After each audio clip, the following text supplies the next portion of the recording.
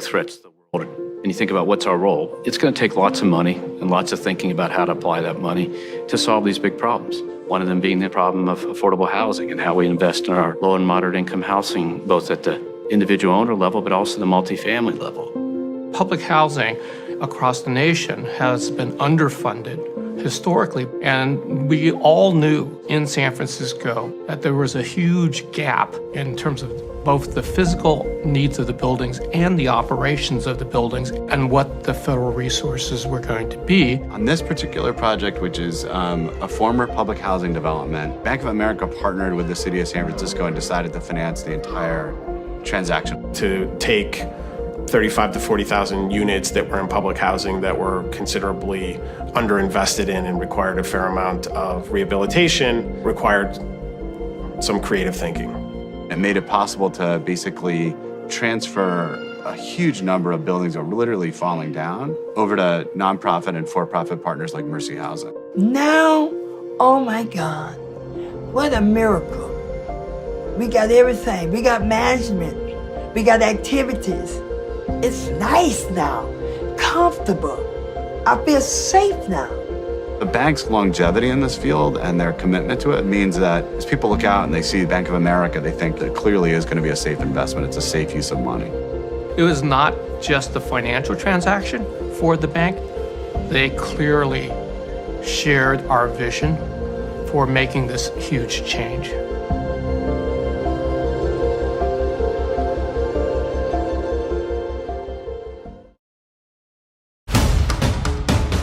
New information, Joe Biden has now taken the lead in Pennsylvania. You are looking at results right now with 99% of the votes counted from the state of Georgia, and Joe Biden leads Donald Trump. There's tremendous litigation going on, and this is a case where they're trying to steal an election. They're trying to rig an election, and we can't let that happen. He said, quote, according to legal votes, he believes he wins. That's false. It is the will of the voters, no one, not anything else, that chooses the President of the United States of America. Over the last 24 hours, every batch of vote that comes in just keeps pushing the results closer to Biden.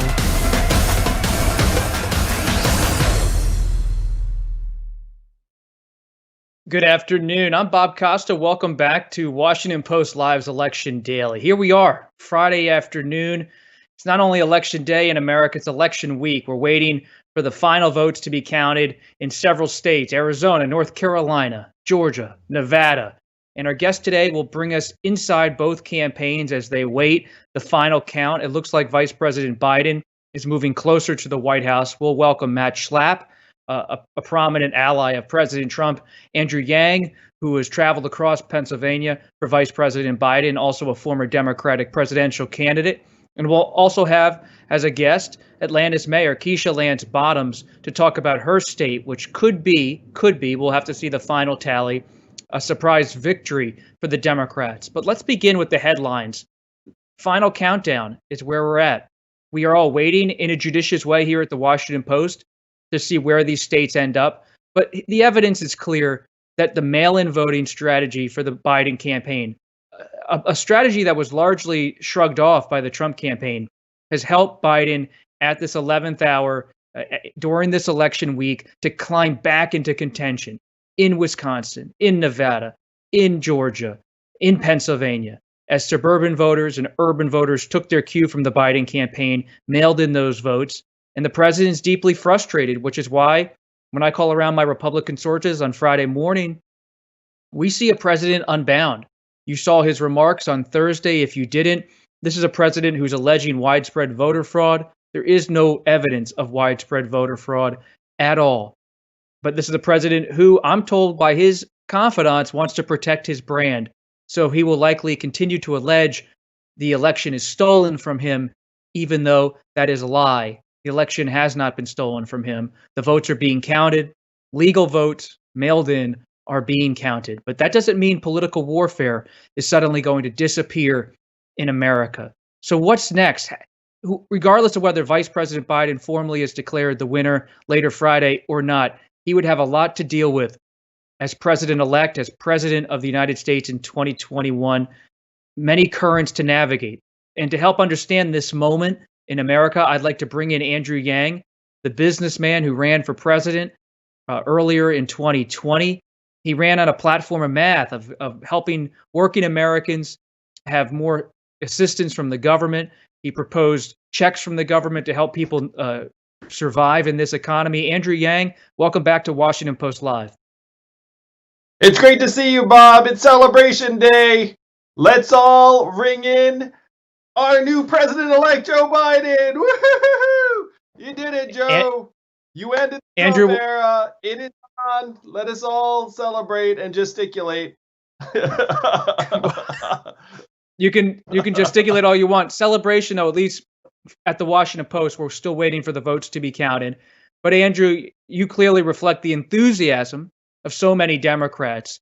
But your party's also had some challenges. It's a celebratory moment if Biden wins, but also you didn't gain seats in the House as Democrats, and you didn't win the Senate majority, though it's still possible if you scoop up those seats in the Georgia Senate elections later in the next few months.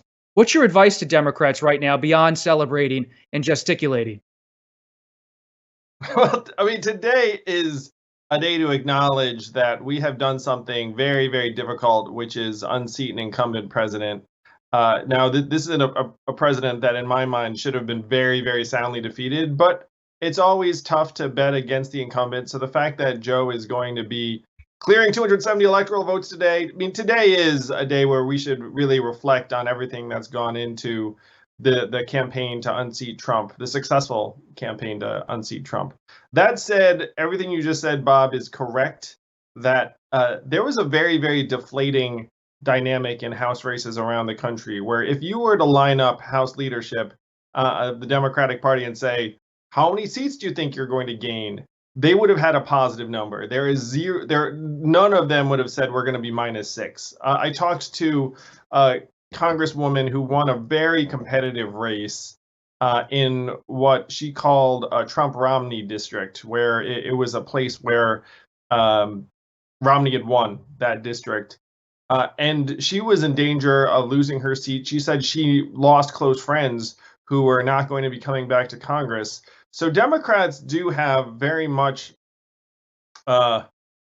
some work to do to try and actually push forward an ambitious agenda that would reflect the needs of the economy and the American people and the public health infrastructure right now. And I said this morning on CNN that if you wanted a break from politics, you are not going to get it for a while, because as you just said, Bob, we have 2 special Senate races in Georgia, January 5th, that could determine the Senate. Because if both of them go to the Democrats and then Kamala is the tie-breaking vote, then that's a Democratic majority. Very, very, I mean, obviously the slimmest of majorities would be like 50-50, and then you have the tiebreaker. Can you imagine how much money is going to get spent in Georgia over the next number of weeks for both sides? It's going to be wild. Because for Republicans, it's going to be. Yeah, it's going to be wild. So, and it's all on the there is line. no break. The Senate majority on the line. Yeah, so I actually thought to myself just now, I was like, wow, I guess I'll be heading to Georgia to campaign, because it should be all hands on deck. Like, to the extent that anyone could get out Democratic voters in Georgia, like, we should go there, because it's an enormous deal. But it's not what anyone wants, in my opinion, that after this historic election, no one wants to say, and we're back at the partisan clashing in Georgia. I mean, that's the reality we're facing. Georgia is a pretty good place to have all the political reporters and politicos in the country heading to. I'm a fan of REM, so I may try to get a dateline from Athens, Georgia, their hometown. But Andrew, you mentioned the House and the Democrats. They're disappointed. Some of their friends are defeated now. Should Speaker Pelosi carry on as the leader in the House for the Democrats? Nate, that's something for the House itself to decide. I will say, and I've been public pushing the fact that I believe we should have had a stimulus relief bill, a second bill that passed before Election Day. I do think that the American people have been devastated economically, socially. There are so many small businesses that have closed their doors. And if you're in a small town and the one restaurant in your town has shut its doors, as has been the case in parts of Massachusetts and parts of Iowa, it is very hard to be very optimistic in that situation. People deserved better from us. Even when Congress passed the CARES Act in April, now it's November. Did anyone really think that it would be 7 months later and that the pandemic would still be raging and growing and there would not be any further relief from the federal government? That to me is something that we need to try to remedy as quickly as possible. I believe the failure to pass a relief bill contributed to losses in the House, personally. Do you believe the Democrats need to think about direct payments to Americans should they hold the White House in 2021? We should have direct payments now, immediately, before, retroactively. And Nancy Pelosi said at one point she would like some of these benefits to be retroactive. But cash relief, it's incredibly popular. 82% of Americans are for it. It's incredibly popular among economists who saw that the stimulus money in April helped keep millions of Americans out of poverty. It flowed right back into local economies in the form of food, fuel, car repairs, keeping a roof over your head. And as soon as someone's income gets cut off, when they start losing the ability to keep a roof over their head and they start moving to their car and they can't find work, then some terrible things start happening that even if you were just to be efficiency minded are very, very expensive. Like we'd actually be saving ourselves hundreds of billions of dollars if we just put money into people's hands. And economists agree with this. The American people agree with this. There are dozens of members of Congress who agree with this. We just need to make it happen as soon as possible. And if we act fast, it's possible that we can preserve the way of life for thousands of communities around the country that are right now falling apart. But Andrew, if you pursue that, if Democrats pursue that, you're going to get the tag from Republicans that it's socialism. While universal basic income, your proposals during your presidential campaign certainly have a constituency. They're popular with many Americans. Republicans have run against these kind of ideas as socialism. And as some Democrats have told me in recent days, that tag sometimes sticks, even if it's inaccurate and unfair. So how do you get around the Republican counter that's sure to come if you go in your direction? Some of the primary champions of cash as part of the first stimulus bill were Republicans. And Republicans actually do not mind the idea of money in people's hands, particularly because they know it's going to go to support jobs and local businesses and economic growth. So this actually is something that's very bipartisan. A majority of Republican voters are for cash relief.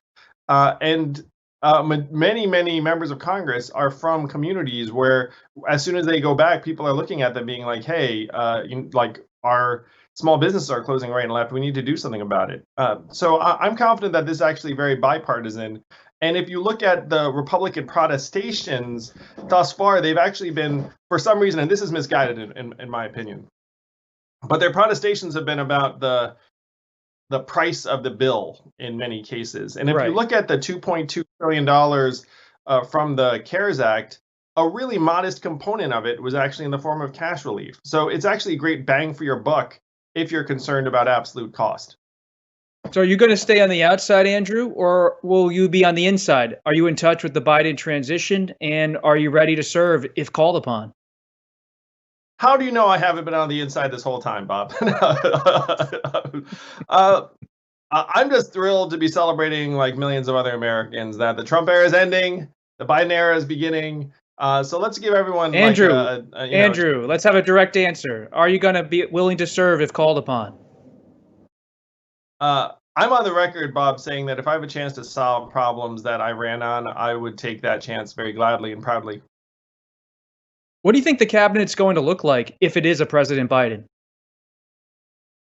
Well, I've been there in the office mapping it out with him. No, I haven't. I'm just kidding. I think they're going to get tremendous people, very talented folks want to help rebuild the country with Joe. And they're going to have their pick, really. We need everyone. We need all hands on deck. Frankly, if I weren't part of the administration, I'd just be doing everything I can to help, because we are in a very deep, dark hole as a country right now. Trump's defeat does not magically solve many of the problems that brought him into office. Those problems are very severe and long-standing. So there are going to be some great people in Washington trying to dig us out. I hope to be one of them. But if you're not in Washington, you need to dig too, because there are problems in your community that are getting worse right now. And there are so many people I could use a hand. My organization has been giving economic relief to struggling American families. We've given almost $10 million. Andrew Yang loves to give money. That's my jam. If I had more, I'd give more. But well, how did Humanity Forward, the nonprofit you started, how did they do in the 2020 elections? All the candidates you endorsed. Well, we had a few really notable victories, but some disappointments, in large part because of the dynamic we described earlier, Bob, where there were a lot of candidates in Texas and Nebraska and Iowa that we backed that did not succeed, in large part because there were another 6 million Trump voters that came out, and a lot of the areas that people hoped would be purple stayed quite red. So in addition to those 6 House losses we talked about earlier, there are many incredible candidates that I thought really would be phenomenal members of Congress that did not win, including many of the ones that we supported. Andrew, let's stick with that point you just made. Some of those districts that Democrats hope to turn blue or at least purple, they stayed red. And when I first started covering your presidential campaign, there was always this evocative image you would discuss of the truck driver in America who feels like his job is slowly becoming obsolete, among other different trade jobs, the fear of obsolescence on the horizon. Do you feel like the Democrats need to do a better job of speaking to that voter? And how does Biden do it if he wins? I would take it a step further, Bob. I think that the Democratic Party needs to do a better job of actually improving that person's life in a way that they can feel and experience on any given day. I think we've gotten way too wrapped up in like, oh, did we message properly to that truck driver? I mean, if that truck driver is concerned about impending obsolescence, they are 100% correct to be concerned about it. Just like the hundreds of thousands of retail workers whose stores have closed and aren't going to reopen. Google just announced that they have AI that can do the work of call center workers, and there are 2 million call center workers in the United States. The pandemic has accelerated many of the automation trends I ran on. So we have to stop wasting time. They can see what's happening around them. We can see what's happening around them. We need to actually put resources into their hands so that people can make large-scale adjustments, and we are running out of time. Andrew, take off your political cap for just a second and put on your former cap, your current cap, really, as a tech entrepreneur. I don't have when you see an American cap. economy, well, we can just, the cap is a cap. It's maybe not a perfect analogy. But my question is, Andrew, I'm interested in, you look at this economy during a pandemic, all of these Americans, millions, suddenly working from home. What does that tell you about the future of the country and the economy? Bob, the fortunate among us are working from home, but if you look at the industries that have been decimated, you just quickly, let's just play airlines, rental cars, concerts, restaurants, bars, gyms, nail salons, yoga studios, security, you look at it, the people that were the most vulnerable were the people that required physical proximity, retail stores and malls. Those folks had to go and stand in a place or work in a place where there were a lot of humans around. Those people are not doing their jobs from Zoom right now. The fortunate among us are doing our jobs from Zoom. So first you have to look at all of those people in those business categories I described who right now have no idea what they're going to do to make ends meet. And then those of us who are fortunate enough to work from Zoom have to make our own adjustments, and it has not been great. It has stunk.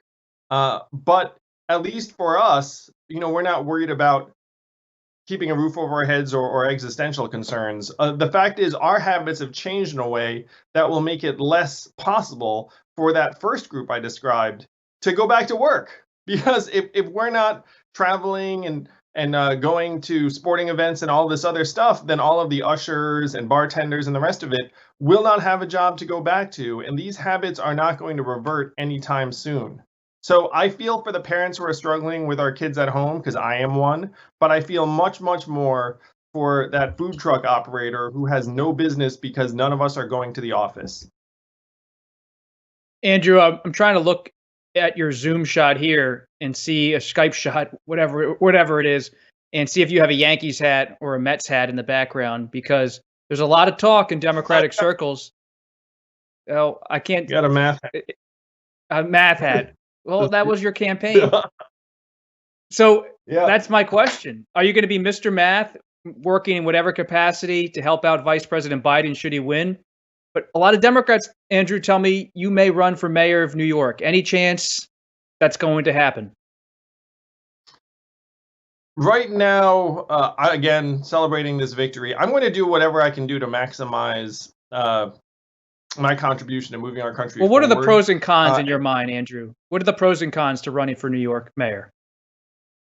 Well, if you look at the issues I ran on, many of them are national in scope. And one of the things that I'm very passionate about is that our government is way behind the curve on technology issues, particularly social media, and how it is completely distorting our democracy, and our data is getting sold and resold, and our kids are getting rewired.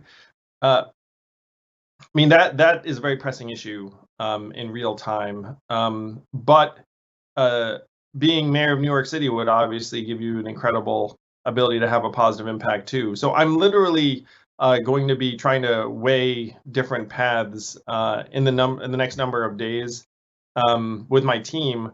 Until now, I was just pushing for Joe and Kamala to win, and now that they have won, nice job, folks. Now we're going to start figuring out what my future holds. But I'm just excited to make a contribution, and that's going to be the consideration, really. It's like, if I can do the most good, I'll do that. Do you think you could handle the rough and tumble of New York City politics? I think I could handle it personally. I mean, I have not been mayor of New York City, but I have lived there for a long time. And one thing people have probably figured out about me is, like, I'm fairly thick-skinned and don't really care that much about what a back page says. You know what I mean? Like, if I was the sort of person who was really into that, like, I probably never would have made the choices I've made. I'm going to do what I can do to help the most people possible, and I think people sense that about me. I think it's one reason why folks were excited about my campaign and would potentially support. If I were to launch a mayoral campaign. We'll keep an eye on it, Andrew. You can always give us the scoop here at Washington Post Live. We'd welcome it. You don't have to give it to the Times or the New York Post. I'm sure I would owe a New York newspaper, or else they would never talk to me again, Bob. You know how it is. Fair enough. Andrew Yang, thanks a lot for stopping by this afternoon. And we're now joined by Matt Schlapp, a top ally of President Trump. He is the chairman of the American Conservative Union, the ACU. He's been an advisor to the Trump campaign. He's been on the front lines in recent days during this legal battle the Trump campaign has mounted. Matt, great to have you here. Thanks for joining us. Good to be with you, Bob. I will say that I'm going to be a little bit tight for time, but it's great to be with you. So if you're tight for time, let's consider this kind of a lightning round interview. Okay. Where is the number one priority for the Trump campaign in terms of its legal focus right now? Well, I will talk about what's going on in Nevada. That's where I'm headquartered, and I think I bring experience to these types of questions at the country's end, because I spent 36 days in the Florida recount. And the first thing I noticed when I got to Clark County is this idea that there are not Republican observers to the ballot contest. That's a real big problem, especially when you have a tight election, and this is one of the tightest ones I can remember. They also don't have, they're not following the law on signature matches. They're essentially just kind of like rubber stamping ballots without checking the signatures closely. And the law Matt, in Nevada is who is they? Who is they? The Clark County, which is the largest county in Nevada, the election officials. Where is the evidence of this? The evidence of what, Bob? Of what you just described. Have you seen it Have you not yourself? Have you not been reading what's going on in Nevada and the lawsuits? Because I can walk through all that if you need that. No, I'm just if you could anecdotally cite just an example of what you've seen, or is this something you've heard, or is it something you've witnessed? Bob, I think you know that I have integrity, And that the reason why I know how they're doing the signature matches is because they've already adjudicated these questions in court. I'd be happy to forward you that information. But basically, Clark County and the state of Nevada, like several other states, uniformly changed their election laws within 90 days of the election. And one of the mistakes that they have made is that they are not following the procedures to make sure you have a signature check. If you're going to have this many people vote by mail, Bob, that means they don't show up in many cases, that they mail it, and then the ballot is considered later. They've done in Nevada is they've actually taken that ballot out of the envelope, discarded the envelope. So if somebody voted inappropriately, which happens in absolutely every election, there's no way to trace the ballot to the envelope. And if you're not going to check signatures on ballots, it's obviously easier to take ballots that were uniformly mailed, as you all have covered, and they can be returned inappropriately. We had a woman at a press conference yesterday in Las Vegas who went to go vote, and she was told by the election officials that she had already cast her vote. She didn't cast her vote, but somebody who got her ballot in the mail, which once again was uniformly mailed, voted for her. These are the types of problems we found. We found over 3,000 people voted in this election who don't live in Nevada. So we would like to go through every one of these instances to make sure that only legal ballots are counted. Once again, this has all been reported on, and the lawsuit was filed last night to get the information, which you would normally have in a democracy. You would have the ability to go through all this information, and you would have the people who were there at the counting tables to make sure if there are any irregular ballots, they could raise objections at that time. Of course, in states like Pennsylvania, or certainly in Philadelphia, and specifically in Las Vegas, we have not been able to do that. How long could this fight take in Nevada? You know, it's hard to say on these questions. You know, not even all the legal ballots have been counted yet. And then, of course, we'll have to see how the court cases go. They're hard to handicap, but we believe we have very clear evidence of malfeasance in the state of Nevada, ballots being counted in the tally that shouldn't be part of the tally. And we believe, look, that the election should be transparent to both parties, to both presidential campaigns, so that the eventual winner will be respected and the results will have integrity, just like we expect with elections that are conducted overseas. It never gets better in terms of accepting results when you do it behind closed doors. You'll remember, Bob, I was part of the Brooks Brothers riot in Florida during the Florida recount. And the reason that occurred is because Dade County officials decided to take those ballots away from the Democrat and Republican observers, and they brought them behind closed doors to count the rest of the ballots. And the media actually agreed that that was a real mistake in terms of the process and the protocols you have for democracy. I'm just not hearing many members of the media say it's inappropriate for Clark County to be doing this essentially behind closed doors as well. What about Republicans, Matt? You've been tweeting this week about your concern with the GOP, your party, in terms of how they're speaking out post-election. What's top of mind? Not much. I suppose I'm sometimes a critic of my own party, which I'm okay with. I always say I'm a conservative first. You remember that, Bob. You used to write for the National Review. I'm a conservative first. I'm a Republican second. And I sometimes criticize my party. And I think on questions of vote fraud, all Republicans talk about it behind closed doors. Very few want to talk about it publicly because they don't want to be a victim of it themselves.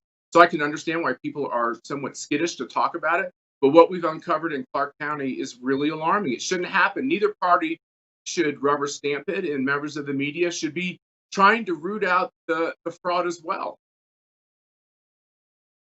What do you believe is going to be the Trump campaign's position if Pennsylvania is called later today by Pennsylvania itself? Like I said, I'm not going to make decisions for the president. I can talk about what I think as chairman of the American Conservative Union, and I can talk about what I'm seeing on the ground here in Nevada. As chairman of the American Conservative Union, I was very proud of the president for standing up the other day and talking about these irregularities. You really shouldn't change election law right before an election, because what it will do is it'll make one side or the other. And the only places that really change their laws are blue states with very left-wing governors. And they change their laws in a way to make it easier for Democrats to win. And that's why we're in the mess we're in. And then when they took away the transparency so that observers could actually watch the process, it's really a double whammy. And so, for me personally, it's gonna be very hard for me to accept what's happening in these states until we walk through and have a thorough audit of the process and all these questionable ballots. Do you believe mail-in ballots are legal ballots? It doesn't matter how you vote. I'm not so concerned about how you vote, but I do think that you ought to only vote if you're registered to vote. And what we're seeing here in Clark County and what we're seeing in several other states is that they actually just uniformly mailed a dirty list. And in Clark County, it's kind of it has a reputation for not being a very clean list. So you had a lot of ballots that were mailed to people who weren't eligible to vote. And the question is, did any of those get returned? If we're not allowed to see the process where those ballots are considered with the envelope at the beginning of the process, how will we ever know, Bob? You won't know. Members of the media won't know. And in a close race, that brings the whole result into question. Matt, how much is this a litmus test, this moment for the conservative movement? Are CPAC speaking slots on the line based on how people handle this juncture? CPAC speaking slots are always on the line according to the people and the voices who have credibility and who lead and who fight. And we always make decisions based on that. All these kind of moments of crisis in our democracy, leaders emerge. And those leaders are rewarded. Certainly conservative leaders are rewarded with being highlighted at our events. But, sometimes people speak from other points of view that just think that this is a step too far. And I would think that everyone who's ever been involved in a recount and everyone who understands what's at stake would say, look, President Trump has a really good point when he says you should have a Republican and a Democrat be able to sit with the officials who are tallying up these ballots, and they ought to be able to watch it, to observe it, to raise objections. That's how we got through the recount without even more trauma to our democracy. That is not how they're getting through the count in Clark County, Nevada, and it's not how they're getting to the count in Philadelphia, in Pennsylvania, and I think that's a big mistake. Who could be against transparency? Certainly not a member of the media like yourself. Matt, let's get specific if possible. Who has disappointed you on the conservative side in terms of their response? I'm not really interested in sitting here and attacking Republicans. I'm more pleased with the fact that the president, like he has had to do on so many questions, has stood up and said that this the wholesale change in voter laws in many of these states and the widespread irresponsible way in which they did the mail-in voting has caused a lot of questions in this election.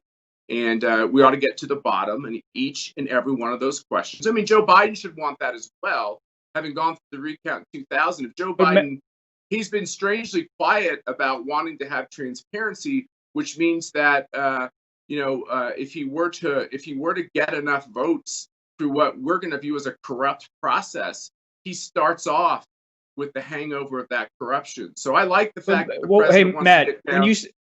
What's your response, Matt, when you used the word corruption just now? Yes. Representative Will Hurd of Texas says a sitting president is, quote, undermining our political process. You have Representative Adam Kinzinger, a Republican of Illinois, saying to the president, stop spreading debunked misinformation. This is getting insane. What's debunked? That's his quote.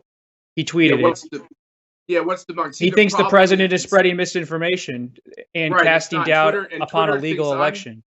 Right, and Twitter thinks I'm spreading misinformation when we find evidence, clear evidence of corrupt ballots, and that's how I use the word because that's one of the terms of art in all this.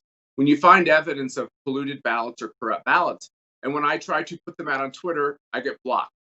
So, this is a tough situation. One side is blocked when we try to explain what we're finding, which is why we're going to court, because once again, just so everybody can understand, through just going through public databases, we have found over 3,000 people who voted in Nevada who don't live in Nevada. So I would think everybody, including reporters, would say, hey, that's something we ought to look at. We've already found one person who is dead who voted. There is no evidence of widespread voter fraud in this election. There is evidence of widespread mail-in voting. So, Bob, here's what I don't think you're quite understanding. How can you possibly say that when we weren't allowed into the counting rooms where it all happens? What you're saying is that as long as we don't see it and know about it, there's no corruption. I would say that that is not how we handled the 2000 recount. The way you get to this question, if you're right and there's not widespread corruption, why won't they let us watch them count? Have you spoken to the president, updated him about what's going on in Nevada?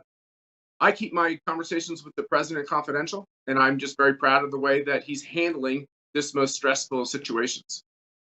Do you think he's calm or furious at the moment? I think he loves his country and he's fighting like a tiger to make sure that the election is handled in a responsible and legal way. And that's how I feel too. Let's say this doesn't go your way, though, Matt. Should the electors be fighting this out in the coming weeks and months? Should this be a knockdown fight? Never give in. Let me make this very clear. Every legal ballot should be counted. And if all the legal ballots are counted and it doesn't go my way, of course, I'll be incredibly disappointed. I believe that if the legal ballots are counted and all of these illegitimate ballots are not, Donald Trump will win a second term as president. I think it's as easy as that. Unfortunately, in these locations like in Clark County, the way they have corruptly done the process, it's hard to unscramble the eggs. It's hard to pull the illegal ballots out of the pile that they're currently tabulating. Matt, you said the president has a path to re-election. Bob, yes, I get. Well, what, if it's can okay, you detail I'm not that? trying to be rude. Can this be the last question? Because I've got to get back to my job here on the ground.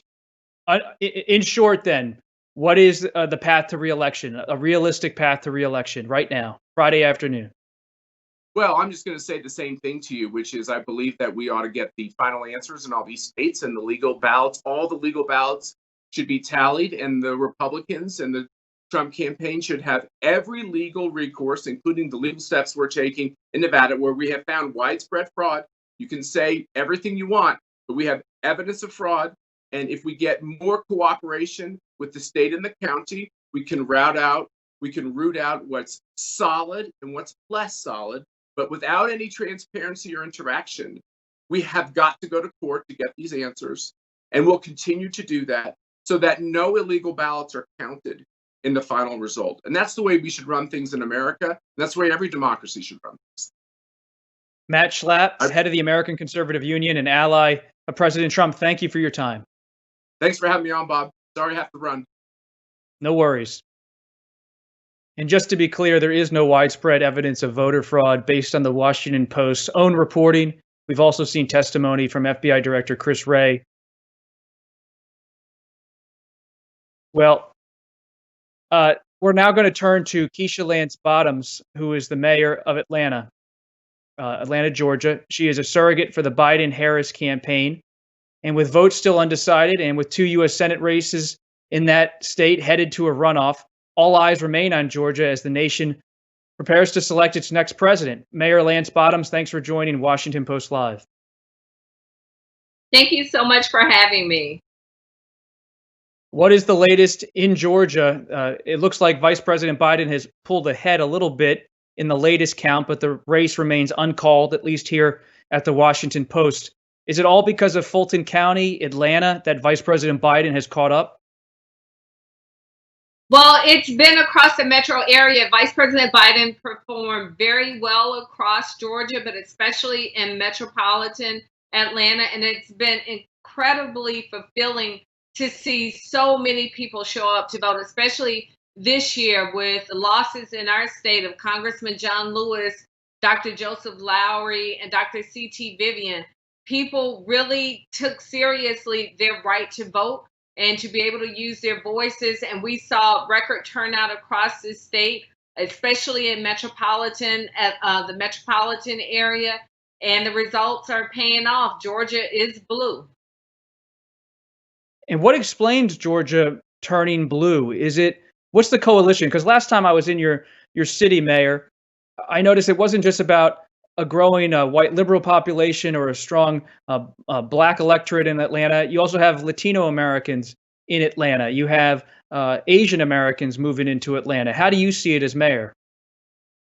Well, there's been this organic shift in the demographics of our state. For one, our state is trending younger and our state is more diverse than it was even 4 years ago. And then on top of that, we have motor voter registration in Georgia, thanks in large part to the ACLU, who filed a lawsuit several years ago to make sure that we could register people to vote who receive public assistance, et cetera.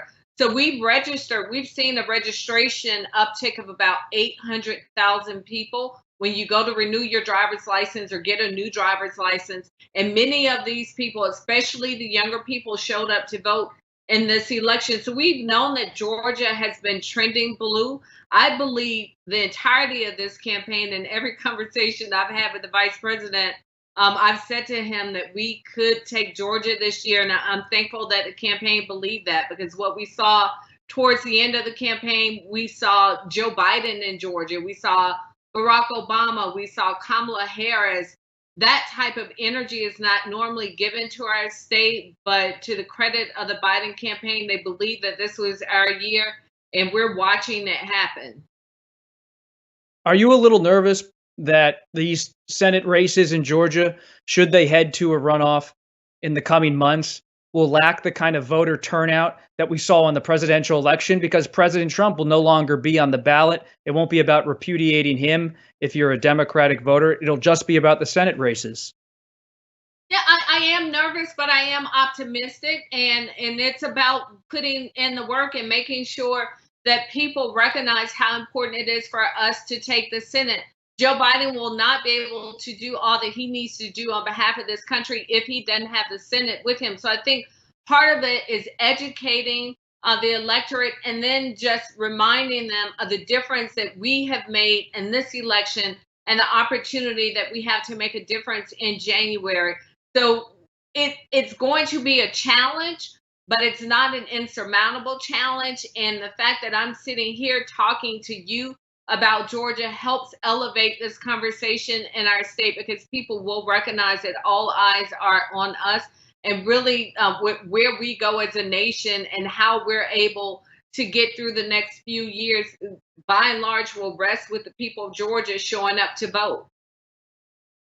Let's say you had a minute with Reverend Warnock, who's running against Senator Loeffler. What would be your advice to the Reverend about how to win in a runoff?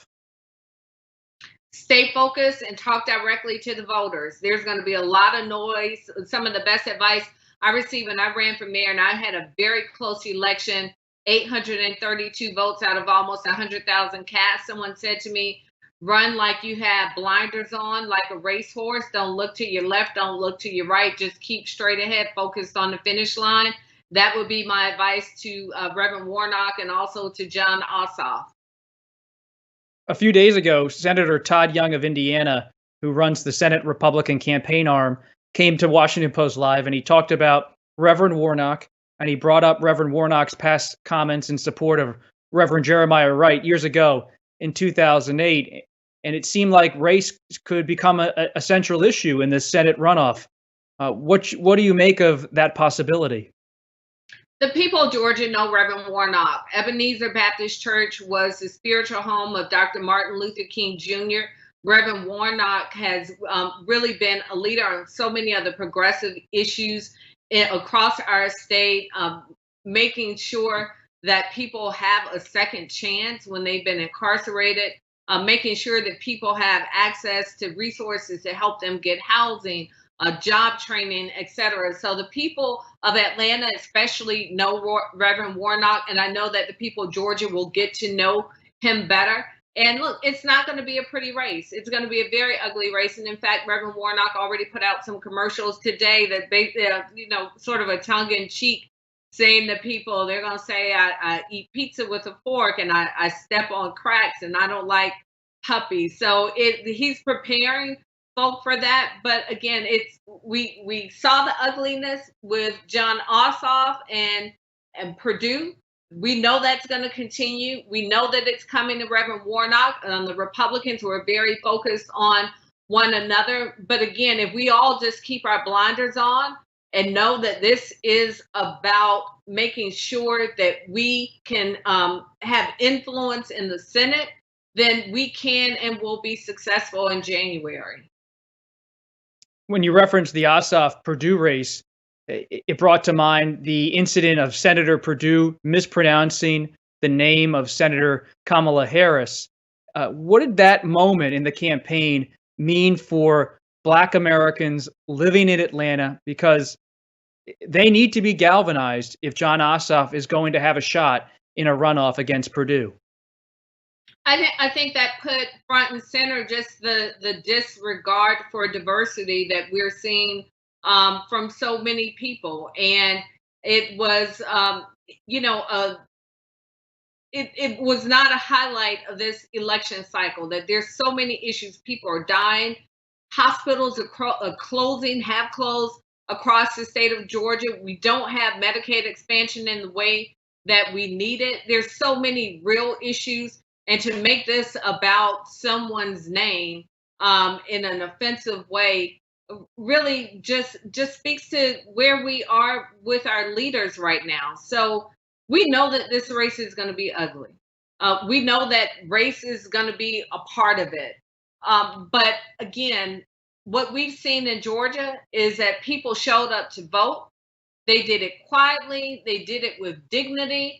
And they didn't listen to the noise, and it's made a difference. And I truly believe that this year Georgia will go blue. And what we know is that when Georgia goes blue, we can expect that the rest of the South will soon follow. You just heard perhaps from Matt Schlapp, an ally of President Trump, alleging voter fraud in Nevada and elsewhere. Have you seen any evidence of voter fraud in Atlanta? I have not seen any evidence of voter fraud in this city. What we saw early on were the issues that we had with voting, with the machines working, with the long lines, with people being purged from the voter rolls. But I've not seen anything related to this count, anything that would give me concern. We have a Republican who is the Secretary of State. Our governor is a Republican. And so when Donald Trump and his mouthpieces speak of fraud, they need to look directly in the mirror at the people whom they supported. Trump supported our Secretary of State. That's his Secretary of State. So if there's fraud in Georgia, he needs to look to his guy to explain it. You were considered, you were on the list for vice president, to be Vice President Biden's running mate. Would you consider a cabinet slot? And are you in touch with the Biden transition team?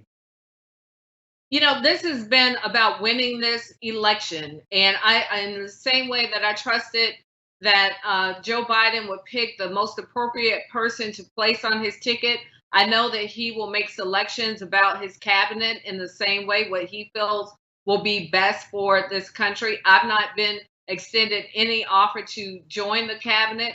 But I know that he's going to make the decisions that will best allow him to lead us. And I'm looking forward to his presidency and really just an opportunity for this to feel like a democracy again, because it has been such a dark cloud over our country for the past 4 years with Donald Trump as president. I just look forward to the transition beginning. Has the transition team reached out to you in any way? Now, I don't know that the transition team has formally reached out to anybody. What I know is that everybody has been focused on this election.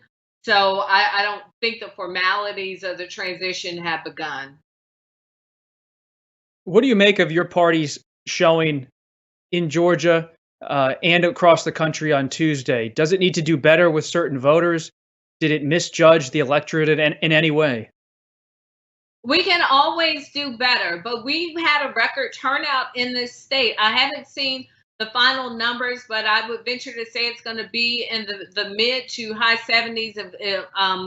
So that's a good turnout for Georgia, but we always want a great turnout, especially when it gets time when it's time for us to show up for the runoff. There's always room for improvement. I would love for us to hit 100% in turnout. So that's always the goal, for us to get those numbers as high as possible.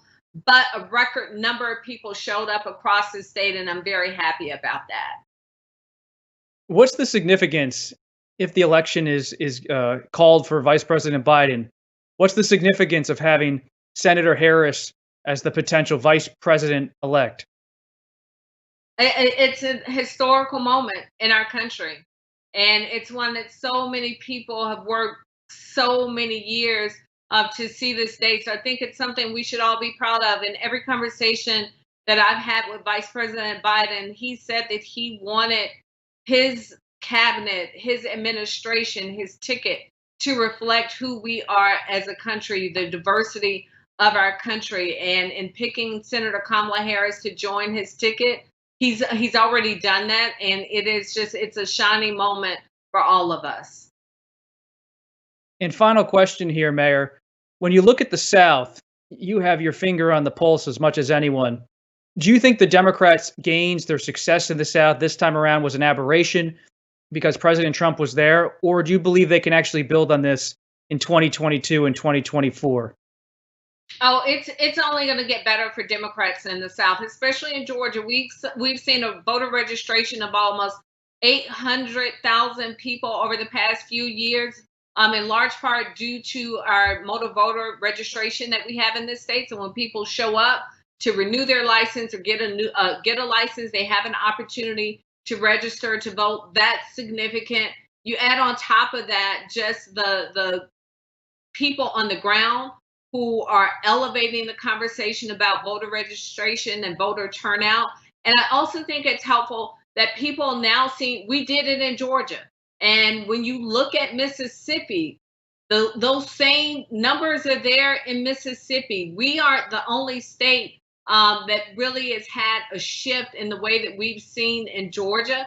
It's possible in other states, but when Vice President Biden came to town over a week ago, I had on a shirt that said Atlanta influences everything. And it was sort of my speaking into existence what role we will play. Well, I think it's going to be the same way. Georgia influences a lot, especially in the South. And I think you're going to see other states really looking at ways to up their voter registration. Mayor Lance Bottoms, appreciate your time this afternoon. Thank you very much. And we're going to be paying close attention to those Senate races. I may even get down to Atlanta and we could maybe get together for a distance interview in person. Get back to old school reporting. Thank you. Thanks very much. Thank you. And thank you for joining us this afternoon for another edition of Election Daily. It's always great to have people here to join us for these kind of conversations online as we all wait for the final count, for the vote to come in. Democracy truly being tested this week. We're all watching it in real time. And as we watch it in real time, it's productive to have these conversations. And tune in again on Monday to Washington Post Live at 11 a.m. Eastern. My colleague David Ignatius will host a program on the role of affordable energy and economic advancement. David's guests will include former Secretary of State John Kerry and the former President of Ireland, Mary Robinson.